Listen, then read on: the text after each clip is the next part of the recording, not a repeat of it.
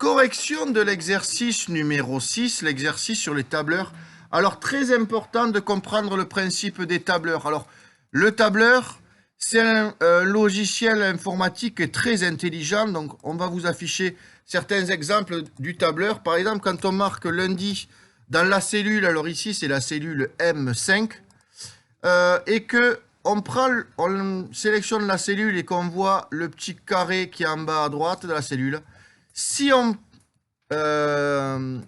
tire vers le bas, si on étire vers le bas, on voit que ça va nous mettre comme un calendrier. Donc, le tableur est intelligent et comprend que si on met le premier jour de la semaine et qu'on étire vers le bas, on va vouloir écrire tous les jours de la semaine.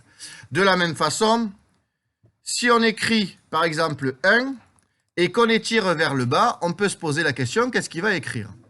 Oui, dans la classe, ils ont bien dit que si on sélectionnait le 1 et qu'on étirait vers le bas, on est allé avoir que des 1. Pourquoi? Parce que le tableur n'est pas assez intelligent pour comprendre ce qu'on veut faire. Alors que si on mettait 1 et 2, et qu'on sélectionne ces deux cellules, quand on étire vers le bas, il a compris qu'on voulait aller de 1 en 1. Comme de la même façon, si on mettait 1 et on mettait 3, il comprend qu'il faut aller de 2 en 2. Donc, le tableur est une forme intelligente et peut faire plein de calculs en une vitesse assez rapide.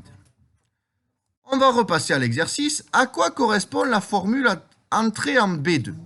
Donc, on vous demande qu'est-ce qu'on a mis dans la cellule B2 pour que on nous renvoie le calcul 18. Donc, c'est comme pour l'exercice numéro 4. On a une formule ici, 5x moins 3. Donc, dans la cellule B2, il va vouloir calculer 5x moins 3 en remplaçant x par la valeur moins 3. Donc, quel calcul il va faire? Il va faire le calcul suivant. Il va faire 5 fois moins 3. Donc, 5 fois moins 3. Moins 3. Donc, il va faire 5 fois moins 3, ça fait moins 15. Moins 15, moins 3, ça fait moins 18. Donc, d'après vous, quelle formule je vais écrire dans la formule B2 pour qu'il me renvoie moins 18? Alors, les élèves de la classe viennent de me dire, dans la cellule B3, il va falloir écrire 5 fois moins 3, moins 3. On va tester. On se retrouve sur le tableur. Alors, par contre, attention, comment s'écrit le multiplié en informatique? Enzo me dit que c'est la petite étoile, bien sûr. Donc, dans la cellule B2, les élèves me proposent d'écrire 5 étoiles, moins 3, donc on va le mettre entre parenthèses, moins 3, fermez la parenthèse, et moins 3. Donc, c'est exactement le calcul qu'on a mis à droite. On va faire entrer. Hop, et le problème, c'est qu'il écrit toujours comme ça. Donc, lui, il n'a pas compris. Il pense que 5 étoiles moins 3, c'est quelque chose qu'on a écrit, qu'on ne veut pas forcément calculer. Donc, à savoir que dans une cellule, quand on veut faire un calcul à une cellule d'un tableur, il faut toujours commencer par un sigle est toujours le même. Ce sigle va être lequel? Lucas me dit, on commence toujours par mettre égal dans une cellule quand on veut mettre un calcul ou quand on veut lui faire un travail à une cellule. Donc là, on reprend notre cellule et on commence par égal. Et là, quand on fait égal 5 fois moins 3, logiquement, il nous met moins 18. Bon, c'est très bien.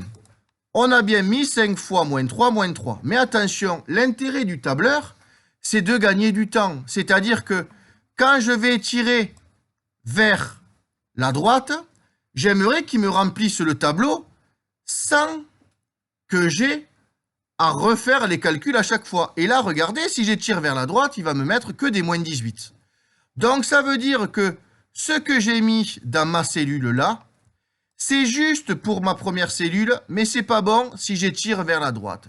Donc, qu'est-ce qu'il va falloir faire pour que le tableur comprenne que dans cette cellule, je veux faire 5 fois moins 3, que dans cette cellule, je veux faire 5 fois moins 1, moins 3, que dans cette cellule, je veux faire 5 fois 5, moins 3, et ainsi de suite. Abibou nous propose d'écrire dans cette cellule égale 5 étoiles moins 1 moins 3. Et après, de sélectionner les deux et d'étirer, comme on avait fait pour 1 et 2 ici. Je lui ai dit que non, parce que le tableur, il a bien vu qu'il y avait moins 3, moins 1, mais si j'étire ici, il ne sait pas que dans cette case-là, il va falloir remplacer par 5, par moins 2, par 0. Donc non, ça ne va pas. Donc c'est cette cellule qui n'est pas bonne. C'est cette cellule qu'il va falloir changer. Donc Lucas m'a dit quelque chose de très intéressant. Il m'a dit, dans l'expression qui est ici, qu'on va afficher ici, au lieu d'écrire moins 3 ici, on va lui demander d'aller chercher ce qui est écrit dans la case juste au-dessus. Donc au lieu d'écrire 5 étoiles moins 3, on va lui mettre 5 étoiles B1. Et regardez, ça fait exactement le même résultat. Et quand on va étirer maintenant, eh bien, il va savoir que sur la case d'à côté, il doit toujours aller chercher, regardez, il doit aller chercher la cellule qui est juste au-dessus. Donc, quand on va sélectionner la cellule D2, regardez, il fait 5 étoiles D1 moins 3. Quand on va chercher la cellule juste à côté, il fait 5 étoiles E1. Donc, il a compris qu'il fallait chercher toujours la cellule qui est au-dessus. On peut repasser donc à notre exercice. À quoi correspond la formule entrée en B2? Donc, quelle est la formule qu'on a entrée en B2? On a dit que toutes les formules de tableur commençaient, Lucas, par un égal.